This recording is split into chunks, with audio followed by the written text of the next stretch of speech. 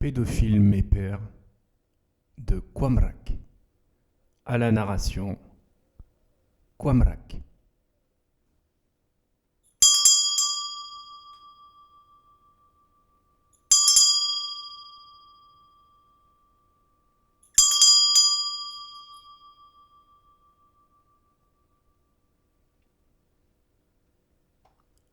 Le titre de mon livre est trouvé. J'en débute la rédaction. Mon livre aura une double fonction. D'une part, il contribuera à ma reconstruction personnelle. Il m'aidera. D'autre part, il aidera considérablement celles et ceux qui, comme moi, ont subi des actes d'abus sexuels et des actes de violence physique. Pourquoi le titre « Pédophile mes pères » ?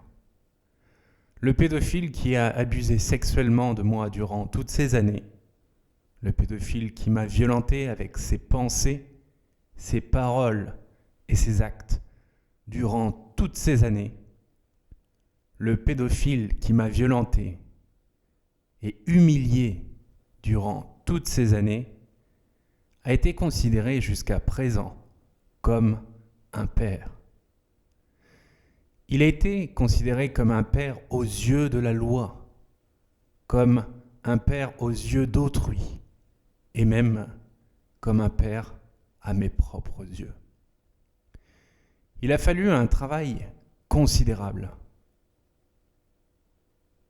un apprentissage très long, une lutte quotidienne de ma part, afin de pouvoir dire aujourd'hui que ce n'est pas un père, ce n'est pas mon père, ce n'est plus mon père. Il a fallu atteindre l'année de mon 30e anniversaire afin de prendre totalement conscience de la gravité des faits, afin d'avoir totalement confiance en la vérité. Je mets un point d'honneur à vous livrer la vérité. Rien que la vérité, toute la vérité. Personne ne ment impunément. Lorsque l'on ment, cela se retourne tôt ou tard contre soi. Il est grand temps que cela se retourne contre le pédophile qui a brisé ma vie jusqu'à présent. Voici comment je le nommerai au fil des pages: pédophile. Je ne suis aucunement dans une optique d'énervement, de colère, de haine, car ces sentiments sont étrangers à ma personne en ce qui concerne pédophile. Ils ne méritent absolument pas de susciter quelque énervement, quelque colère, quelque haine chez moi. En revanche, je mérite que la vérité éclate. Chapitre 1. Un schéma non accepté, non compris, non solutionné. Février 1998. J'ai 13 ans. Le téléphone sonne, ma mère décroche. À l'intonation de sa voix, au long silence inhabituel qui entrecoupe ses paroles, je comprends instinctivement et immédiatement qu'un fait grave est advenu. Elle m'apprend peu de temps après que la sœur de pédophile est décédée. Elle s'est suicidée. Pourquoi se suicide-t-on ? Aujourd'hui, je comprends qu'un mal-être lancinant rongeait la sœur de pédophile. Ce mal-être qui l'a conduite au suicide n'était aucunement lié directement au fait qu'elle n'avait pas supporté son divorce, comme ma mère a bien voulu me le faire croire. Non, elle ne s'est pas suicidée car elle n'a simplement pas supporté son divorce. C'est faux. Certains parents estiment qu'en prenant des raccourcis, on trouve une solution pour faire taire un enfant. Ils pensent que l'enfant va s'en tenir à cela. Ils n'imaginent pas les répercussions sur l'avenir de l'enfant. La vérité finit toujours par surgir. La solution adoptée par certains parents de cacher la vérité à un enfant n'est qu'une solution provisoire. Car le cerveau humain emmagasine tout. Il peut à la fois faire en sorte que l'on se souvienne, que l'on remarque un fait illogique, que l'on trouve l'explication véritable inhérente à ce fait plus tard. Le conscient, l'inconscient et le subconscient sont de véritables atouts. Choisit-on réellement de se suicider simplement parce qu'on n'a pas supporté un divorce ? La réponse est bien évidemment non. Le mal-être qui a conduit au suicide de la sœur de pédophile est directement lié à son enfance. Une enfance qui justement a généré entre autres une période de conflit permanent avec son époux. Il en a résulté ensuite un divorce. Il ne faut plus prendre des raccourcis pour faire taire un enfant. Il faut prendre le temps de lui expliquer correctement le fonctionnement de la vie. J'ai dû m'en tenir à cette simple phrase jusqu'à aujourd'hui. Sans comprendre, elle s'est suicidée car elle n'a pas supporté son divorce. Je n'ai eu aucune autre explication. Le sujet était tabou. La mort de la sœur de pédophile fait partie d'une liste gigantesque de faits dont il ne fallait pas parler dans la maison où j'ai passé mon enfance. Or, le bonheur est la libération par la parole. Le bonheur est l'échange. Le bonheur est la compréhension. Je constate aujourd'hui que la sœur de pédophile a eu une enfance traumatisante, tout comme les autres enfants de la famille. Pédophile n'a pas été épargné. C'est même celui qui a le plus souffert, car il était le dernier des 17 enfants de la famille. Il n'a pas su accepter le fait que son enfance n'était pas l'enfance qu'un enfant mérite. Il n'a donc pas pu le comprendre. Il n'a par conséquent pas chassé tout le mal en lui. Je n'ai rien demandé. J'étais enfant, innocent, sans défense. Il s'est vengé sur moi. Chapitre 2. Des répercussions sur l'enfant devenu adulte. 19 septembre 2014. J'ai 29 ans. Je viens de recevoir des photos dénudées d'une femme de presque 50 ans que je connais à peine. Elle s'est limitée cette fois. Je n'ai pas eu droit à son vagin en gros plan, uniquement à sa poitrine à l'air. Nous avons eu des rapports sexuels par le passé. Ces rapports sexuels avaient lieu tantôt à l'intérieur, dans la maison où elle habite par exemple, tantôt à l'extérieur, dans une forêt, en pleine journée par exemple. Les rapports sexuels ne se limitaient pas à chaque fois à un échange entre elle et moi. Nous avons eu des rapports sexuels sous les yeux de son compagnon et même sous les yeux d'autres personnes. Nous avons eu des rapports sexuels ensemble, elle et moi, ainsi qu'avec d'autres personnes à plusieurs reprises. J'ai décidé de couper définitivement les ponts avec elle et son conjoint. On peut difficilement faire plus clair dans le texto que j'ai envoyé à cette femme. Elle et son conjoint se permettent de toucher le sexe des gens sans demander leur avis. On ne doit pas toucher le sexe d'une personne sans lui demander son avis ou sans avoir la certitude absolue que la personne le désire. Si on agit de la sorte contre le libre arbitre de la personne, c'est un manque de respect. Cette femme m'a touché le sexe lors d'un repas chez elle, voilà quelques jours, sans me demander mon avis. Elle a effectué ce geste aux yeux de tous. Ses enfants étaient présents. Je n'avais plus aucune raison de fréquenter ce genre de personnes. Durant de longues années, ma sexualité a été hors norme, déviante, tordue. Je suis passé pour un fou aux yeux d'un grand nombre de personnes, un nombre incalculable de personnes. J'assume mes moindres actions. J'ai donc toujours parlé librement de ma sexualité. J'ai exercé ces pratiques sexuelles néfastes, toxiques, destructrices sans me forcer. J'avais envie de les exercer. C'était un automatisme naturel. Comme pédophile m'avait battu et violé durant tant d'années, comme je n'avais pas identifié l'origine du mal, je me contentais de le reproduire. J'ai ainsi pratiqué régulièrement le sadomasochisme. J'aimais frapper une personne et être frappé en retour, avant, durant ou après l'acte sexuel. Je me vois encore avec cette femme dans un club libertin. Elle s'était attachée la corde au cou pour que je la promène comme un animal. Je l'avais promenée dans le club. Je marchais debout. Elle marchait à quatre pattes. Les gens aimaient notre spectacle. Tout ce que je te confie à propos de mes pratiques sexuelles en ce chapitre doit de façon absolue te déranger, te répugner ou te briser lorsque tu me lis. Si mes mots suscitent le moindre attrait en toi, tu es malade, comme je l'ai été. Tu dois te faire aider au niveau de ta sexualité.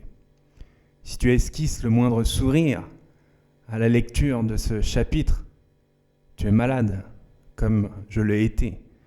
Tu dois te faire aider au niveau de ta sexualité. Si tu aimes ce que je viens de te raconter, tu es malade, comme je l'ai été.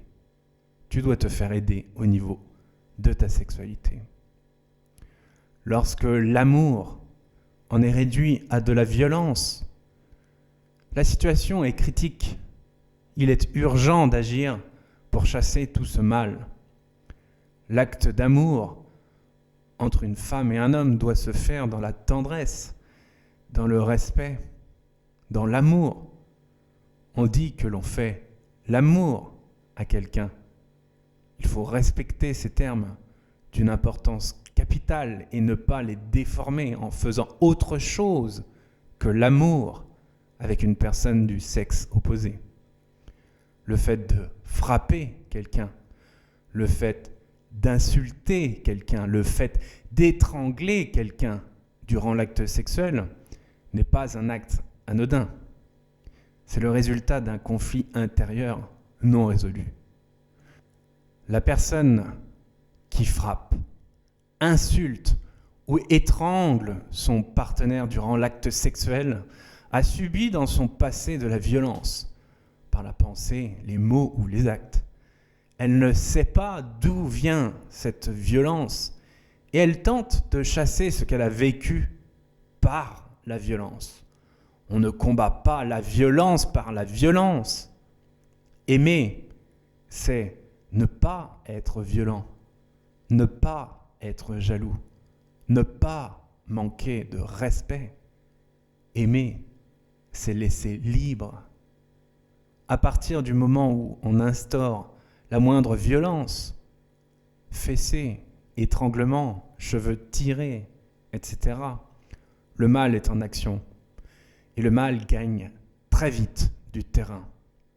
En 2 semaines, on peut se retrouver avec un cadavre. Qui dit cadavre, dit famille de la personne décédée, bouleversée, meurtre, tribunal, argent du contribuable dépensé dans un fait qui aurait pu être évité, prison ou hôpital psychiatrique, et là encore, argent du contribuable qui pourra servir à de plus nobles causes. Comment en arrive-t-on à un cadavre ? Un simple jeu entre 2 adultes consentants peut déraper de façon irréversible sans que l'un ou l'autre ne s'en rende vraiment compte, car le mal agit sournoisement, il est discret, il est perfide, il est puissant. Au début, Maxime et Julie prennent leur pratique sexuelle originale pour un jeu. Ils sont heureux de découvrir de nouvelles sensations dues à l'étranglement durant l'acte.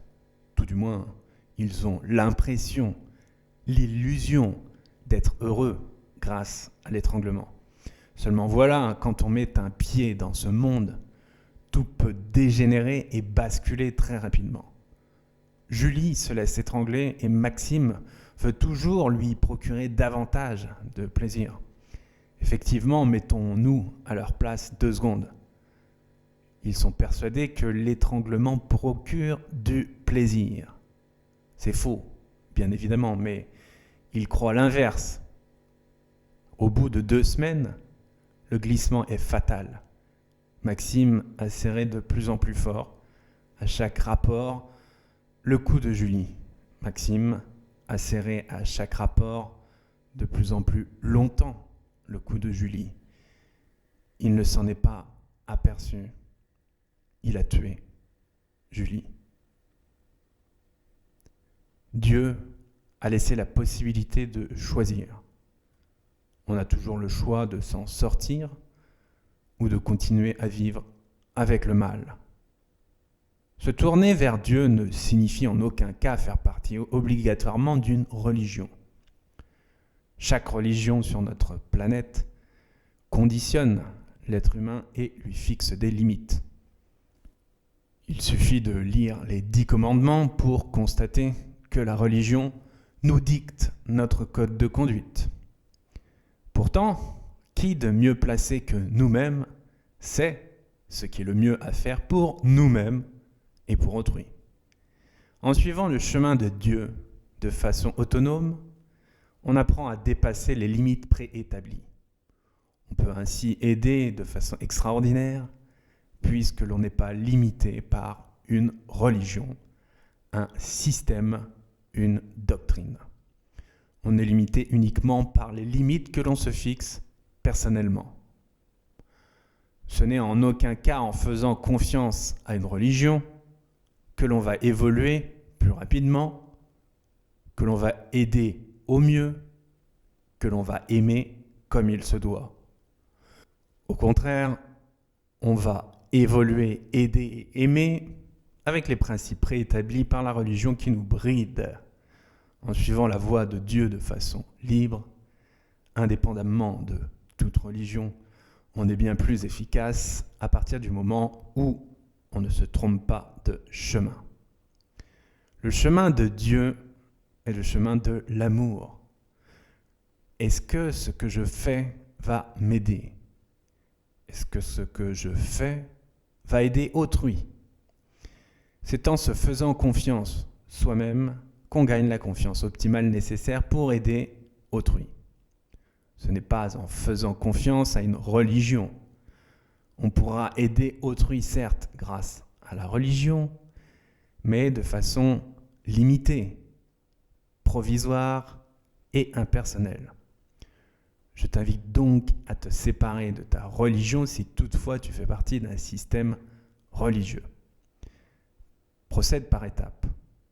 Il est important de se sentir vivre, de se sentir soi-même, de se sentir heureux. Chapitre 3. La police. 18 septembre 2014. Je suis assis sur un siège dans le commissariat de police où Pédophile a travaillé en tant que gardien de la paix pendant de nombreuses années. La chaleur m'envahit. Des milliers de gouttelettes de sueur ruissellent le long de mon crâne, le long de mon visage et le long du reste de mon corps.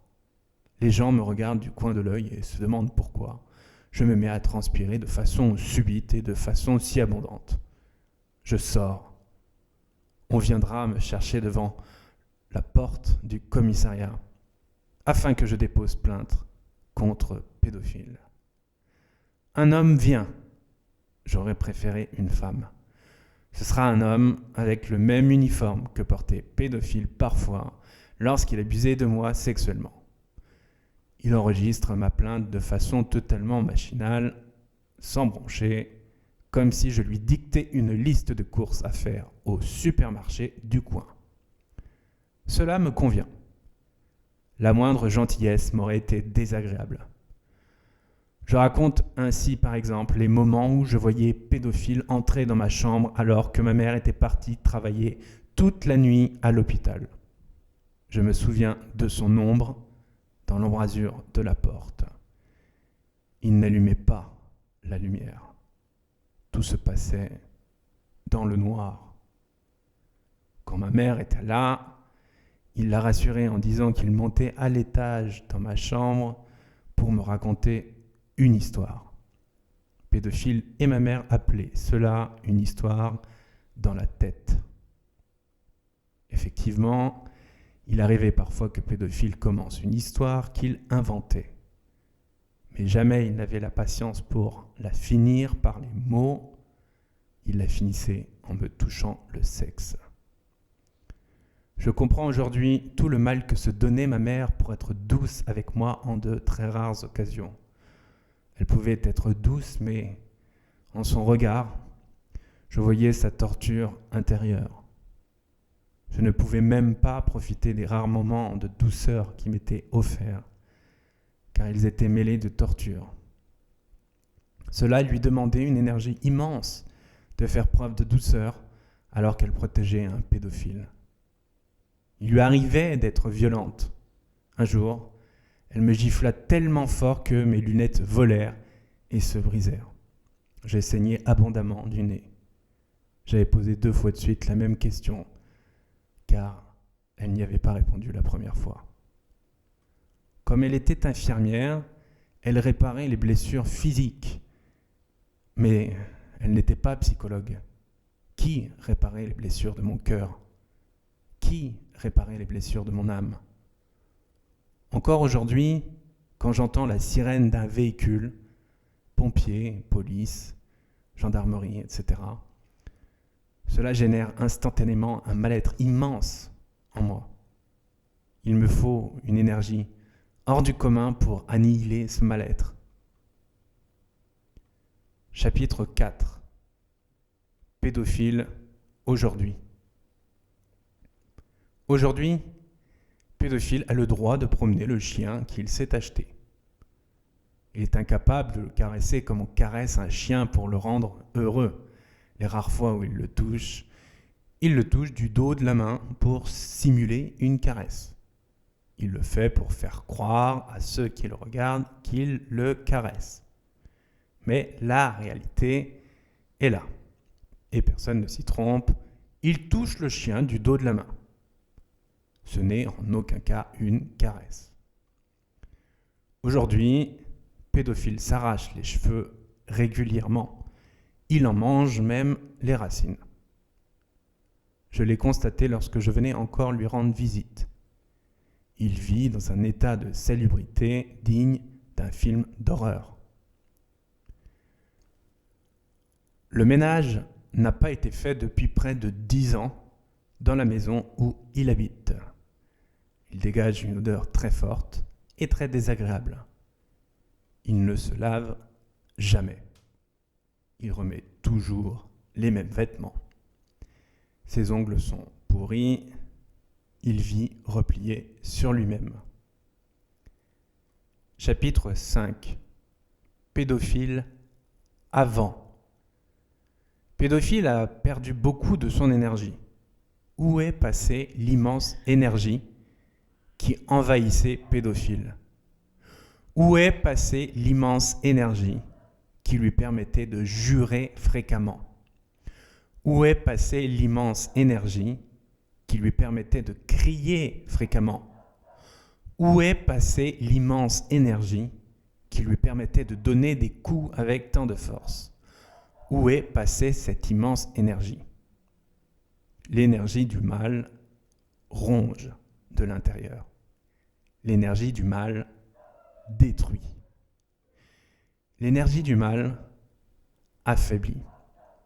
Pédophile n'avait aucune patience. Lorsqu'il tentait de réparer un objet et qu'il était face à la moindre difficulté, il jurait, il jetait l'objet, ce qui avait parfois pour conséquence de le briser. Il prenait beaucoup de plaisir à briser.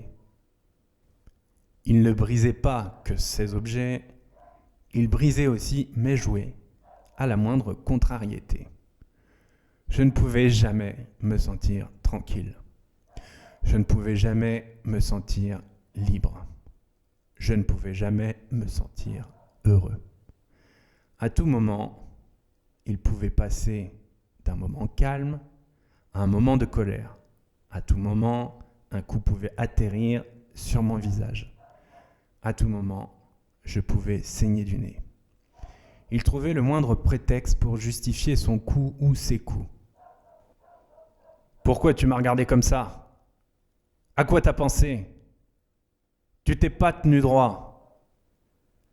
Les exemples de prétextes qu'il utilisait pour justifier ses coups sont légion. Chapitre 6. L'enfant est l'amour par excellence. J'ai toujours ressenti des émotions extrêmement puissantes en compagnie d'un enfant. Jamais je n'ai abusé sexuellement d'un enfant comme pédophile. Jamais je ne le ferai. Les enfants m'ont toujours ému au plus profond de moi-même. Je suis capable de fondre en larmes si un enfant me tend une fleur. Je suis capable de fondre en larmes si un enfant me fait un sourire. Je suis capable de fondre en larmes si un enfant me donne la main. Cette fleur est la fleur qu'on ne m'a jamais donnée. Ce sourire est le sourire qu'on ne m'a jamais fait. Cette main est la main qu'on ne m'a jamais tendue. Je veux sauver tous ces enfants afin qu'ils n'aient pas à endurer ce que pédophile m'a fait subir. Je veux leur éviter une vie de torture. Je veux que chaque enfant sur cette terre soit heureux. Chapitre 7. Ce que je suis devenu. La conséquence directe de ces années d'inceste est qu'aucune peur ne m'échappe. Je remarque toute peur. Quand je dis toute peur, ce n'est pas une façon de parler. C'est réellement toute peur. Quand on viole un enfant régulièrement durant les 5 à 6 premières années de sa vie, il est normal qu'il devienne un être à part, un être qui a développé des capacités absolument ahurissantes. Nous sommes tous conditionnés par le milieu dans lequel on évolue. Plus le milieu est hostile, plus on deviendra fort si on décide de s'en sortir, car on sera paré pour combattre le pire. Je détecte le moindre signe de stress, d'angoisse ou de peur relatif à n'importe quel humain ou n'importe quel animal sur Terre. Je connais la vérité sur toutes les peurs, car j'ai développé une vitesse d'analyse que tu es incapable d'imaginer. Mon 6e sens est on ne peut plus développé. Voilà pourquoi j'en ai fait mon métier. Je suis médium, guérisseur, hypnothérapeute, entre autres. Chaque obstacle que rencontre ma clientèle dans sa vie fait écho à une situation que j'ai vécue, que j'ai endurée. Chaque obstacle que rencontre ma clientèle fait référence à une peur que je connais, car je l'ai vécue. J'identifie donc directement la peur de mon client ou de ma cliente, son origine, et je sais donc directement quoi faire pour l'annihiler. 2 sentiments existent, la peur et l'amour. Quand j'ai chassé la peur chez ma clientèle, l'amour prend place à nouveau. Je sais tout ce qu'il y a à savoir au niveau de la peur. Même si un être humain regarde ailleurs et qu'il cligne des yeux, je sais instinctivement, immédiatement, avec véracité, si son battement de cils est dû à un mouvement naturel ou à la peur. Si je dis qu'il est dû à la peur, c'est qu'il est dû à la peur. Ce n'est pas mon imagination, c'est parce que je le sais. C'est parce que c'est la vérité. C'est le fruit du travail de pédophile sur moi. C'est le fruit de mon expérience. C'est le fruit de ces 30 années de torture, mon hypersensibilité est absolue. Chapitre 8. J'ai sauvé pédophile bien des fois du suicide. J'ai toujours pris grand soin de pédophile. Ma mère, à force de le protéger, a développé un cancer du sein. Elle est finalement tombée morte sous mes yeux lors de mon premier jour à l'université, mais d'un infarctus du myocarde. Il fallait bien un peu d'originalité. Son cancer nous avait déjà assez gâché la vie comme cela durant des années. Je rentrais tout juste dans la cour des grands et ma mère est tombée morte sous mes yeux sur mon lieu d'étude. Cela ne m'a pas vraiment dérangé. J'ai su de suite que je n'allais plus pouvoir parler, jamais, de vive voix avec elle. Ce qui m'a fortement dérangé, ce sont les dizaines de personnes qui se sont attroupées autour de nous. Personne ne bougeait, personne n'ouvrait la bouche, mais tout le monde regardait. J'ai dû appeler les pompiers moi-même. Ils ont réussi à faire repartir son cœur, mais elle est restée sur son lit d'hôpital sans voix durant toute mon année d'études. Tout s'est passé exactement comme je l'avais senti. Ma mère m'avait fait tenir une promesse avant sa mort. J'avais accepté. Ce n'était pas de gaieté de cœur que j'avais accepté.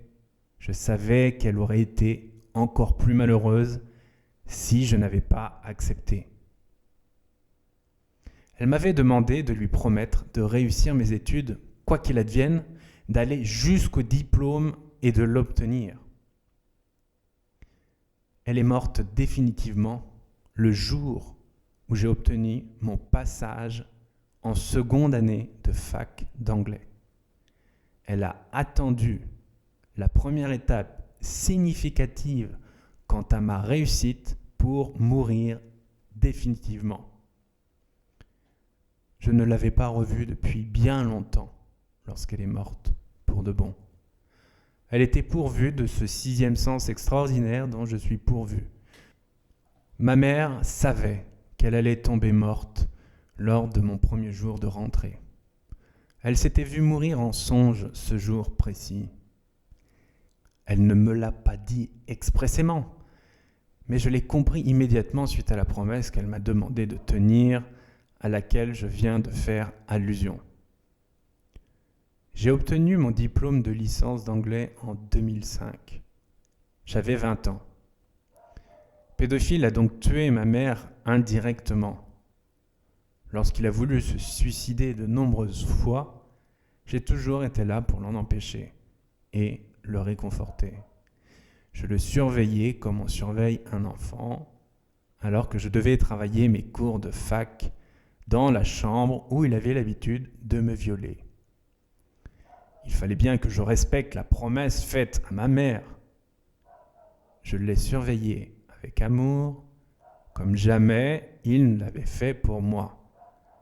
Je prenais soin de lui avec amour, comme jamais il n'avait été capable de le faire pour moi. Malgré tout ce qu'il m'avait fait endurer, je devais l'aimer car c'était ainsi. Ma mère l'avait dit. J'usais d'une technique personnelle afin de l'empêcher de se suicider. Je lui posais une question à distance. Au son de sa voix, je savais si la tentative de suicide était imminente ou si je pouvais encore travailler mes cours quelques minutes. S'il ne répondait pas, il fallait que je descende. J'ai passé des journées à multiplier les allers-retours lorsque sa volonté d'en finir avec la vie était plus forte que d'ordinaire. J'étais également à l'affût du moindre bruit de pas dans le grenier, car il y avait suspendu une corde. Pédophile a tenté de se suicider avec une corde, avec des lames de rasoir que je lui enlevais constamment de son portefeuille, avec des médicaments. Je l'ai retrouvé dans une mare d'urine lorsque la porte de sa chambre fermée à clé a été ouverte par les pompiers, avec son arme de gardien de la paix pointée sur la tempe. Il suffisait d'effleurer la gâchette pour que la balle parte dans son crâne. Ce que j'ai accompli pour lui relève du miracle. Comment ai-je pu obtenir l'énergie nécessaire de m'en occuper, de le sauver de la mort si souvent, de l'aimer, malgré tout ce qu'il m'avait fait endurer, malgré toute l'énergie que je devais consacrer à mes études, malgré toutes les autres situations délicates que je devais gérer par ailleurs. Dieu m'a fortement aidé. Chapitre 9. Mon rapport avec pédophile aujourd'hui. 17 septembre 2014. Je suis à la banque.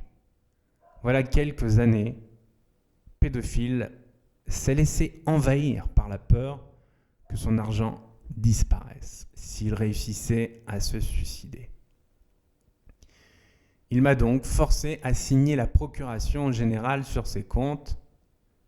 J'ai le papier relatif à la dite procuration sur moi et je demande à effectuer un virement de 37 000 € de son compte chèque sur mon compte personnel. Je ne veux pas de son argent, mais s'il peut servir à combattre la pédophilie dans les caisses d'une association contre la pédophilie, cela me va. On m'informe à la banque que pédophile a demandé à ce que la procuration cesse aujourd'hui. J'esquisse un semblant de surprise et je m'en vais. Je me rends compte alors que l'argent sale reste sale et ne doit pas être touché par des personnes qui sont dans l'amour. Jamais plus je ne tenterai de toucher à son argent. J'ai bien compris le fonctionnement de la vie à cet égard. L'argent peut être excellent, mais uniquement pour servir des causes justes. Il doit avoir été gagné honnêtement. Il m'a envoyé un dernier texto ce jour, précis, m'informant du fait que j'avais essayé de lui voler de l'argent. Il s'est également trompé dans les chiffres en annonçant 34 000 €. D'une part, ce mouvement d'argent n'aurait pas été du vol, puisqu'une procuration autorise le mandataire à retirer de l'argent sur le compte du mandant. D'autre part, ce ne sont pas 34 000 € que j'ai souhaité retirer, mais 37 000 €. Encore une fois, il a eu tout faux. Je lui ai répondu que lorsqu'on est pédophile, on n'écrit pas à celui qu'on a violé pendant des années. Cela l'a remis en place, car depuis, c'est le silence qui règne. Je ne souhaite plus du tout avoir de ces nouvelles, directement ou indirectement. Il tombera dans l'oubli. C'est tout ce qu'il mérite. Je n'assisterai pas à sa sépulture. Il choisira la lâcheté comme à son habitude. Il choisira le suicide. Il n'y aura plus personne pour le sauver cette fois. Son vrai calvaire commencera alors. Chapitre 10. Faire preuve d'encore plus de courage parmi le courage. 28 septembre 2014. J'ai reçu un texto d'une des sœurs de ma mère qui voulait avoir de mes nouvelles. Lorsque je lui ai annoncé que j'ai porté plainte contre pédophile, elle s'est immédiatement retournée contre moi. Selon ses termes, je ne suis pas bien. Selon ses termes, je suis en dépression. Selon ses termes, c'est dans ma tête. Qui lui expliquera que quelqu'un qui n'est pas bien n'a pas le courage d'aller porter plainte contre son bourreau? Qui lui expliquera que quelqu'un qui est en dépression n'a pas la force de faire du sport de façon quotidienne comme je le fais? Qui lui expliquera que le fait de dire la vérité n'est pas invention de ma part? Certainement pas moi. elle ne le mérite aucunement. Comment peut-on se permettre d'agir de la sorte pour victimiser encore plus une victime? Lorsqu'on a été victime pendant des années, il y a un travail absolument immense à effectuer sur soi pour faire tomber ce masque de victime. Il ne faut plus subir sa vie, mais avoir le dessus sur elle. Il ne faut plus se comporter comme une victime, mais comme une personne que l'on respecte. Si l'on continue de se comporter comme une victime, les gens continueront de nous considérer comme une victime. Si l'on a de l'égard pour soi et que l'on se comporte comme quelqu'un d'important, les gens seront beaucoup plus enclins à nous considérer comme tels. Voici une des raisons pour lesquelles aujourd'hui je suis mon propre patron. Voici une des raisons pour lesquelles aujourd'hui je suis fier d'avoir réussi à créer mon entreprise. Pédophile a toujours voulu me dicter ce que je devais faire de ma vie, et ce, jusqu'à l'année de mes 30 ans. Lorsque j'étais enfant, c'était facile, car je faisais ce qu'il disait. Mais devenu adulte, je résistais de plus en plus, au fil des années, à son emprise sur ma propre vie. Avant que je devienne auto-entrepreneur, son désir très cher était que je devienne éboueur, que je travaille dans les ordures. Il utilisait une technique de manipulation qui consistait à faire fi des conditions de travail, de l'aspect totalement inadapté de ce travail pour quelqu'un de très intelligent comme moi, pour quelqu'un de très doué comme moi dans de nombreux domaines. Il n'en parlait aucunement, il ne pesait surtout pas le pour et le contre, il se contentait de marteler le fait que j'allais avoir un salaire fixe, que j'allais avoir une stabilité de l'emploi en travaillant pour la ville, que j'avais mes chances en postulant. Il ne souhaitait tout simplement pas ma réussite, mon développement personnel, mon bonheur. Au contraire, il voulait tout faire pour que je sois mal dans ma peau. Chapitre 11. Victorieux. Aujourd'hui, malgré toute la souffrance générée en moi, je m'en sors victorieux. J'ai su trouver la force nécessaire pour briser les chaînes qui m'attachaient au passé. Je m'en sors la tête haute. Je m'en sors humblement. Dieu m'a été d'une aide incommensurable. Je l'en remercie infiniment. Je te remercie infiniment. Toi également, avec qui j'ai partagé une partie de ma vie. Sans Dieu, sans toi, sans ce livre, comment mon combat contre le mal existerait? Sous une forme différente, certes, mais la rédaction de mon livre et sa diffusion restent, à l'heure actuelle, le meilleur moyen de m'aider et de t'aider. Merci.